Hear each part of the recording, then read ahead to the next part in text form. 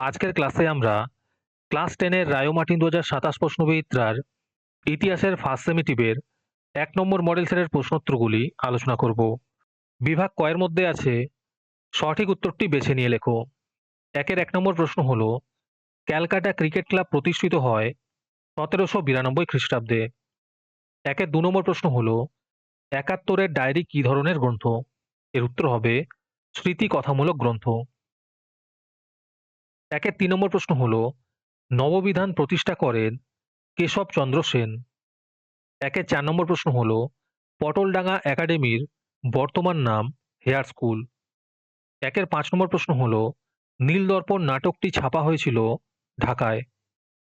6 নম্বর প্রশ্ন হলো কলকাতা মেডিকেল কলেজের প্রথম অধ্যক্ষ ছিলেন ডক্টর এম.জে. ব্রামলি।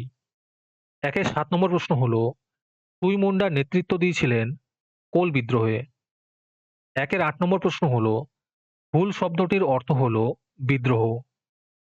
9 নম্বর প্রশ্ন হলো খুদকাটি প্রথা প্রচলিত ছিল যে সমাজে তা হলো মুন্ডা সমাজে।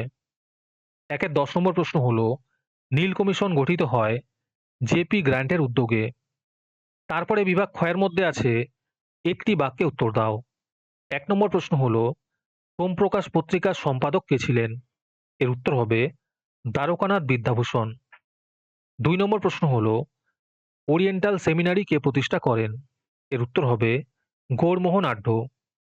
তারপরে আছে ঠিক বা ভুল নির্ণয় করো। 1 নম্বর প্রশ্ন হলো পাগলপন্থী আন্দোলন শুরু হয়েছিল ময়মনসিংহে। এটি ঠিক হবে। 2 নম্বর প্রশ্ন হলো নদিয়া কাহিনী গ্রন্থটি শহরের ইতিহাসের অন্তর্গত। এটি ভুল হবে।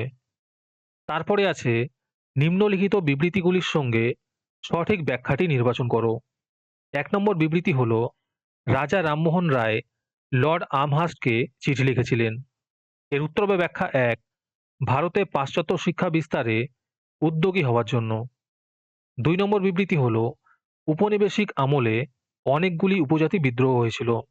এর উত্তর হবে ব্যাখ্যা 3 উপজাতি সম্প্রদায়ের মানুষরা উপনিবেশিক অরণ্য আইনে ক্ষতিগ্রস্ত হয়েছিল।